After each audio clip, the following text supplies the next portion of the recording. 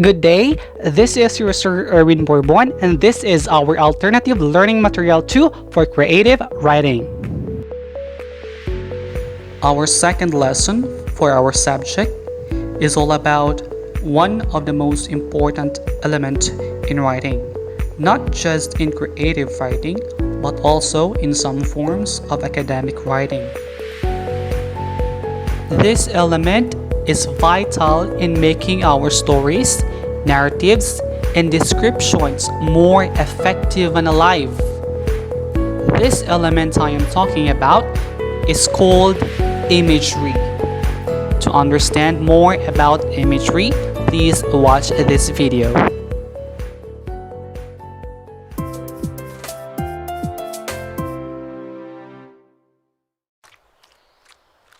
The sun is setting in the horizon. The evening breeze begins to blow. I climb up my tree into its mighty branches as the stars in the east start to glow.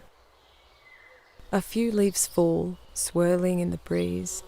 They silently dance in my eye as the wind carries them along, as the sunlight begins to die. The crickets begin to chirp. The moonlit creatures start to emerge. Some birds fly over the setting sun as the dark blanket of night starts to merge. I feel different, one with nature, up here in the wind, all wild and free, as if I am connected to the universe, me, a small leaf hanging from my tree.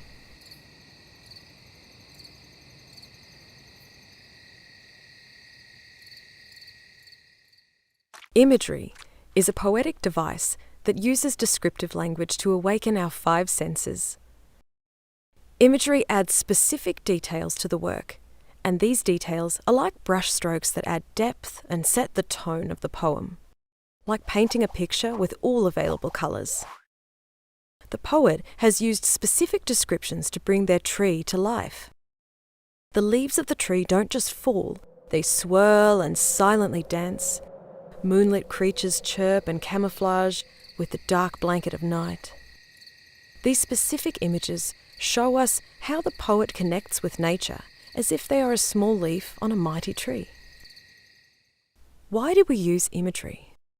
Imagery stimulates the imagination, taking the audience to different places in their mind, helping them to feel, see, hear, smell, and taste the world within the poem. Now it's your turn to explore imagery. Think about a tree or natural environment that is special to you. Describe it in as much vivid detail as you can. Try to evoke all the five senses with the imagery you use. What does your tree smell, feel, taste, sound, and look like?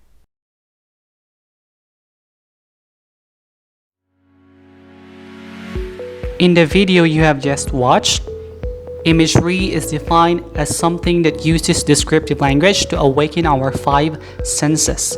It adds specific details to what we are writing, and it also adds depth and sets the tone of the story we are writing. Imagery is the usage of language that causes the people or the reader to imagine pictures in their mind. It means that we are creating mental pictures based on what we have read. Because of our knowledge about the words that's been used by the writer, we tend to create scenes in our mind as a form of interpretation of a narrative or description. Imagery exists both in the written form and in our mind. The writer writes the imagery with an understandable language which meant to be decoded by the reader. The way the writer writes a certain line or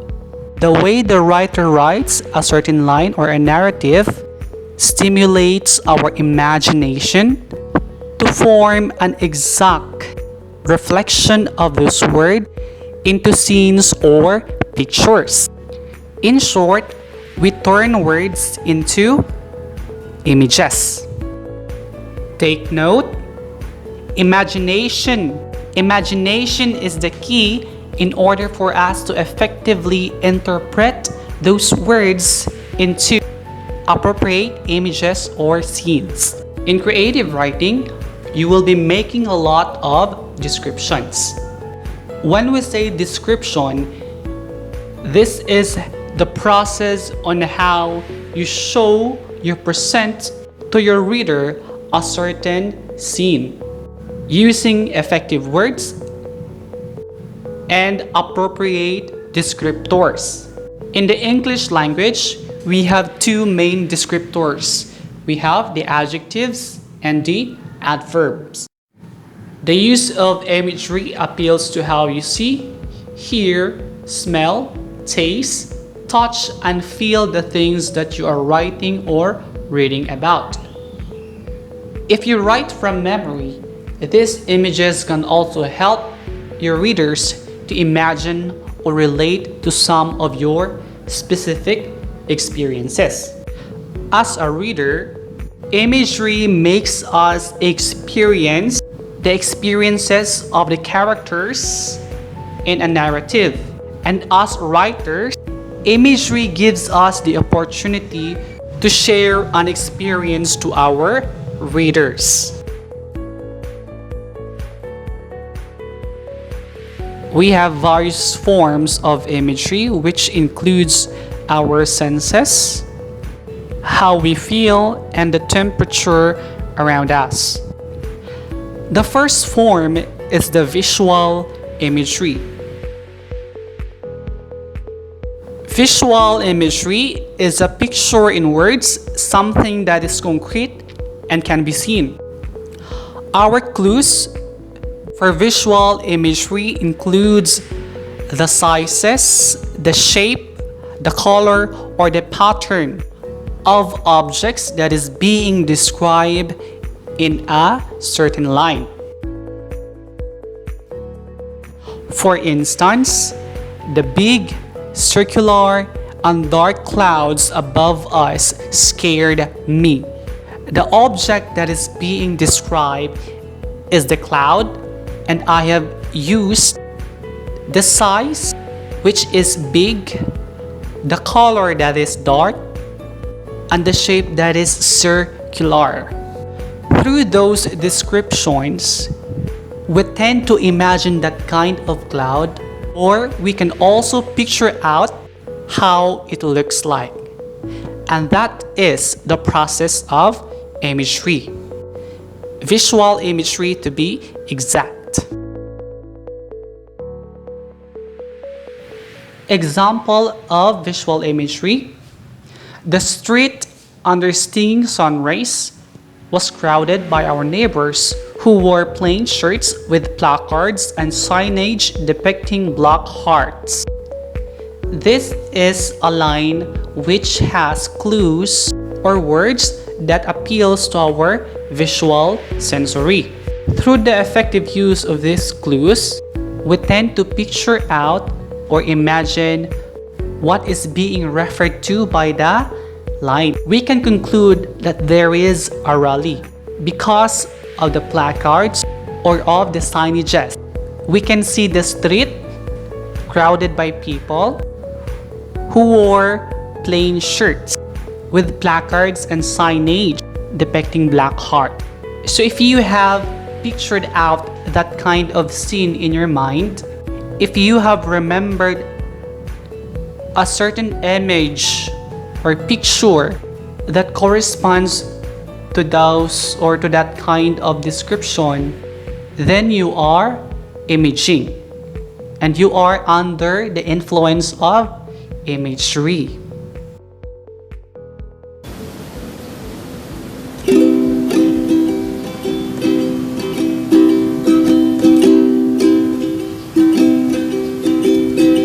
I see trees of green, red roses too. I see them bloom for me and you, and I think to myself, what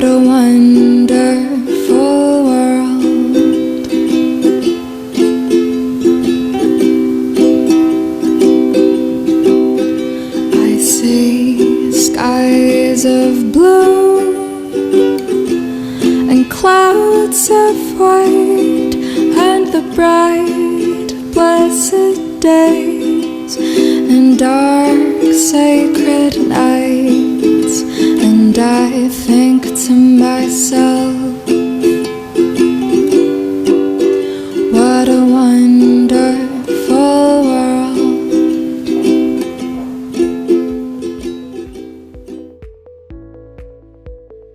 That song is entitled What a Wonderful World by Louis Armstrong.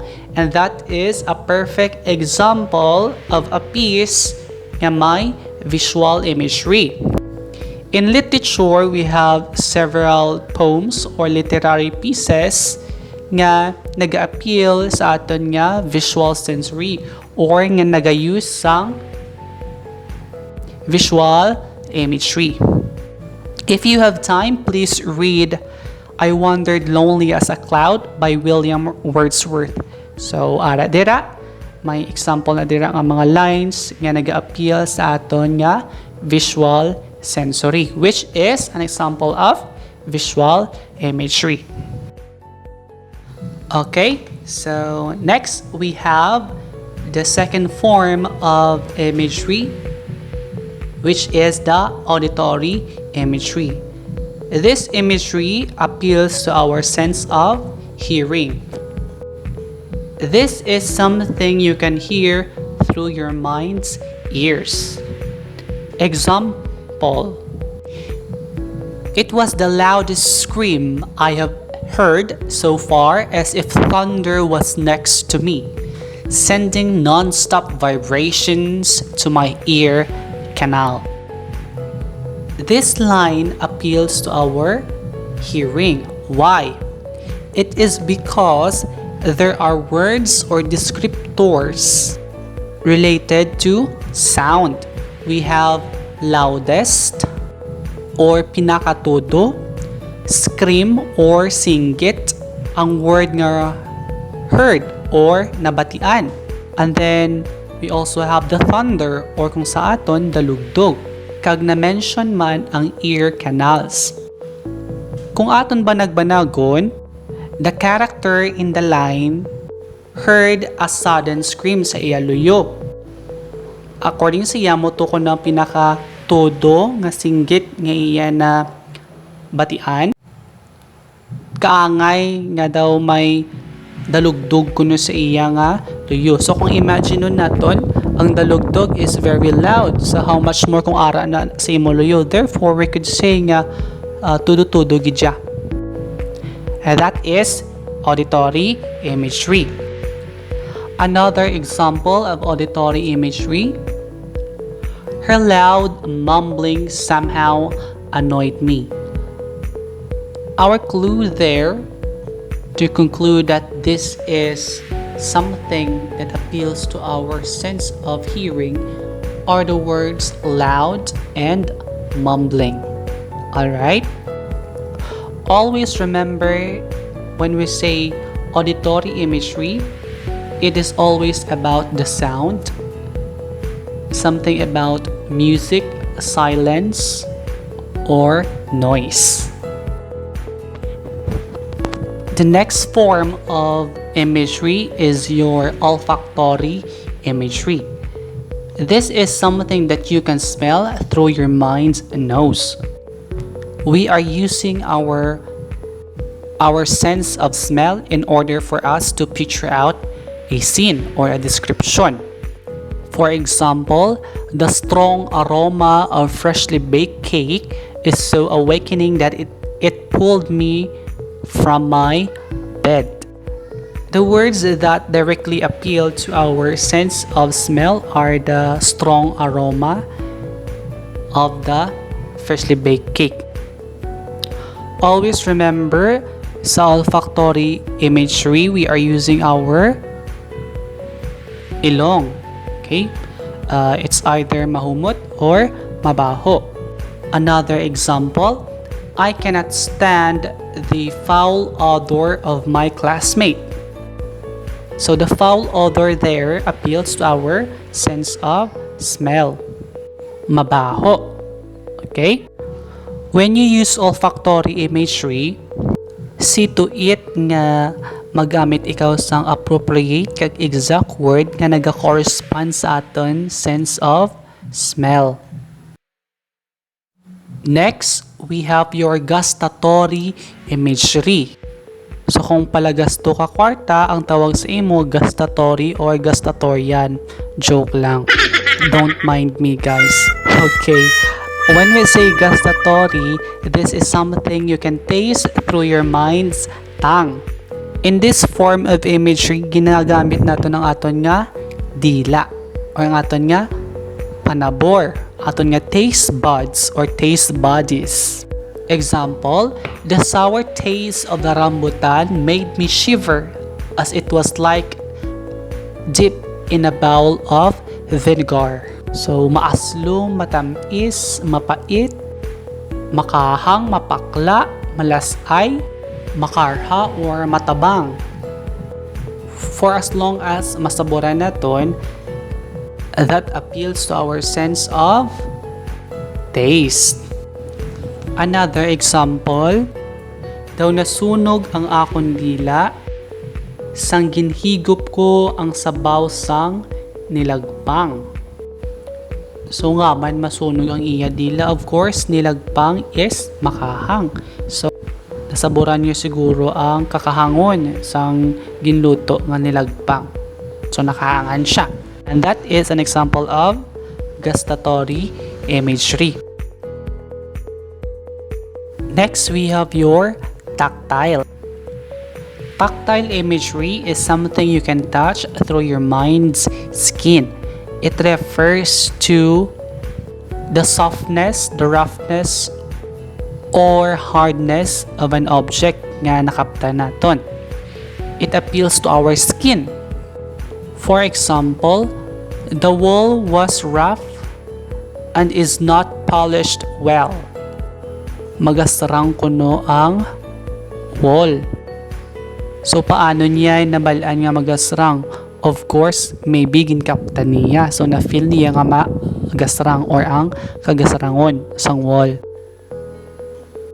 Another example, her body feels like a couch as I lay on her. So daw couch kuno or sofa kuno ang iya lawas mayumok, soft. So na-feel sang iya skin. And that is your tactile imagery.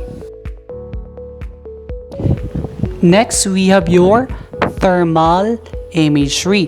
When we say thermal, it refers to the temperature, ang kainiton kag ang kalamigon.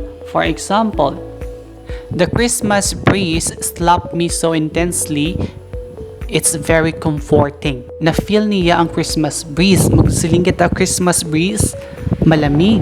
Di ba la? Manog Paskwa, so malamig na siya. So na-feel niya ang kalamigon. So that is thermal.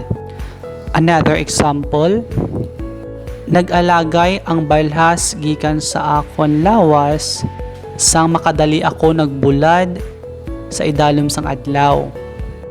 That example is also thermal because the character is talking about the heat na nag-cause ang iya nga sweating sa iya pagpamalhas.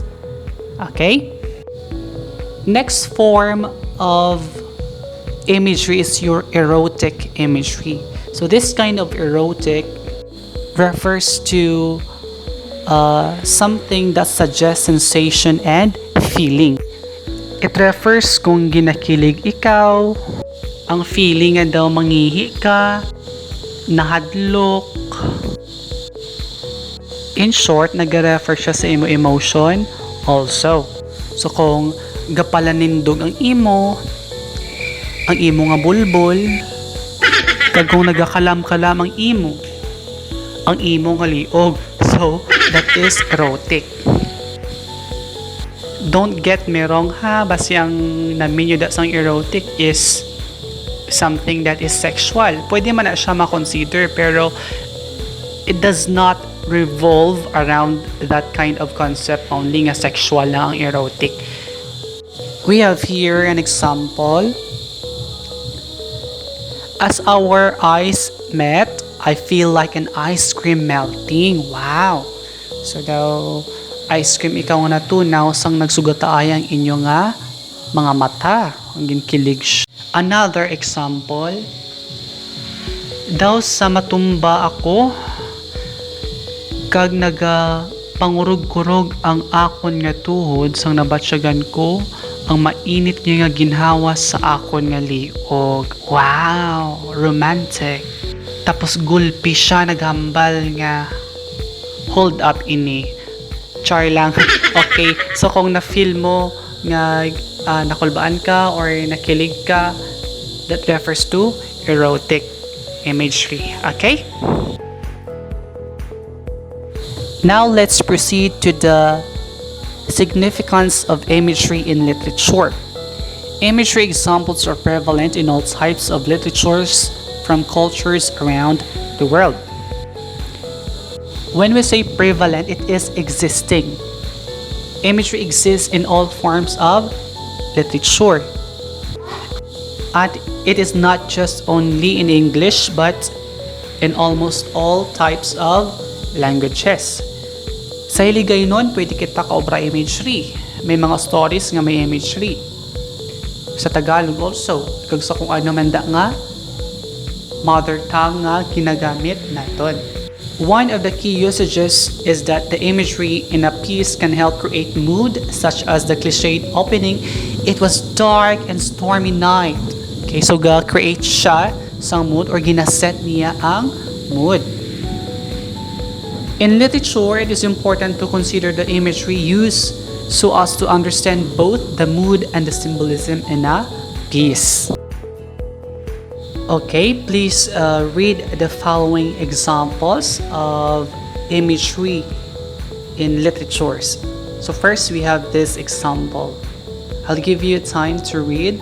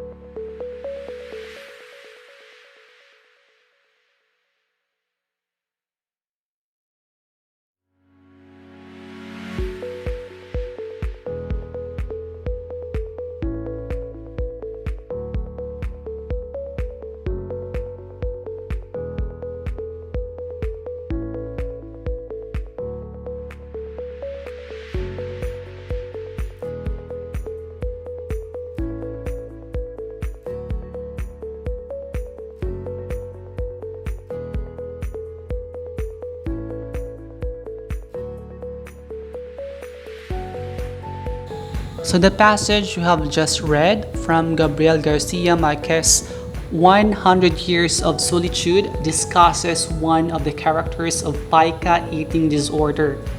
There are many examples of imagery using the sense of taste, including a tear would salt her palate, oranges, and rhubarb, and the taste of primary minerals. The imagery in this excerpt makes the experience of an eating disorder much more vivid and imaginable to the reader. Second example, please read Stopping by the Woods on a Snowy Evening by Robert Frost.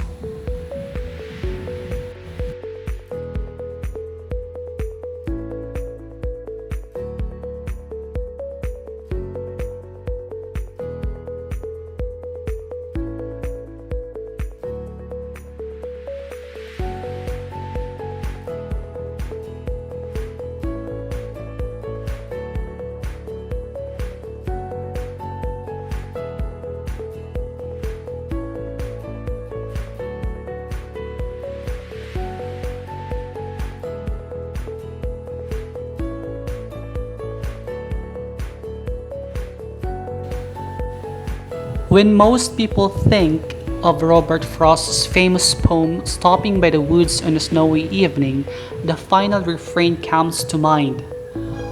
And miles to go before I sleep, yet the short poem contains many imagery examples that are simple yet set the scene Well, in this excerpt, there is a juxtaposition of two sounds, the bright noise of the horse's harness bells and the nearly silent sound of wind and snowflake. While the reader knows that this is a dark night, the scene of the sound makes the scene even more realistic. Stopping by the woods on a snowy evening appeals to our senses of hearing and seeing. Next, please read this excerpt from 1984 by George Orwell.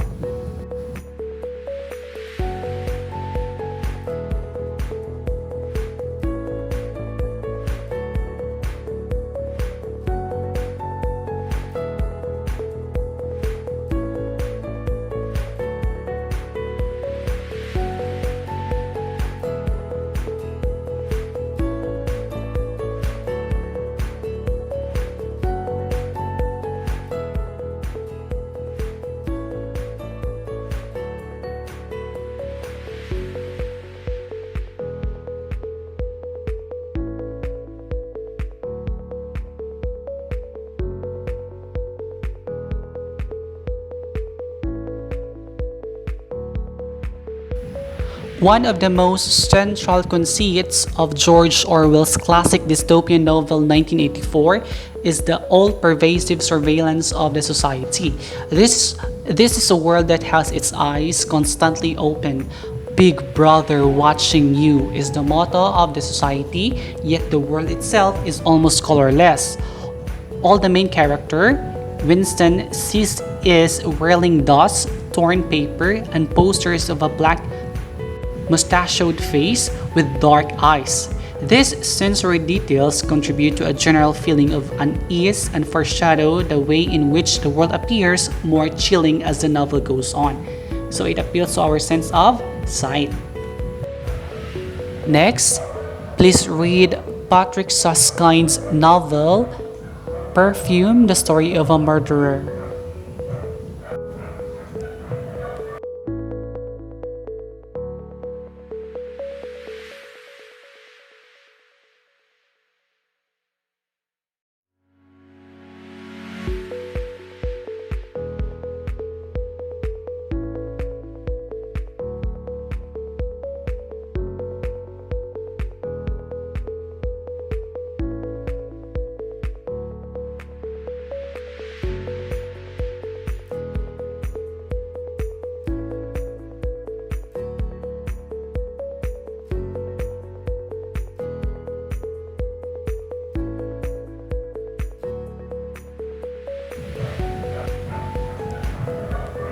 Okay, I believe this novel has a movie adaptation and I have watched it already. It is an excellent movie. But the novel version focuses on a character who has a very acute sense of smell. The novel therefore has numerous examples of imagery using descriptions of smell. This excerpt comes from the beginning of the novel where Susskind sets up the general palette of smells in 18th century Paris. Using this smell as a backdrop, the reader is better able to understand the importance of the main character's skill as a perfumer. The reader is forced to imagine the range of smells in this novel's era and setting them no longer assault us on a daily basis. So ang character, mayroon siya bizarre sense of smell. Lain siya kaysa sa normal nga sense of smell natin and muna siyang naging basis sa novel ni Susskind. Okay? So that appeals to our sense of smell.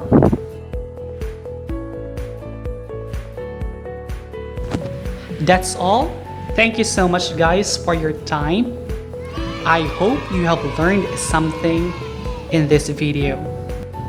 If you have questions and concerns regarding our discussion about imagery, kindly message me directly via Messenger or email. And for your activities, kindly check your messengers or our GCs and our Google Classrooms. Again, thank you so much. God bless everyone. See you again. Well, here's to the hearts that you're gonna break. Here's to the lives that you're gonna change. Here's to the infinite possible ways to love you. I want you to have it.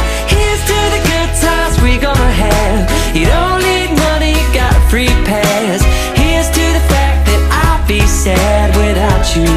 I want you to have it all.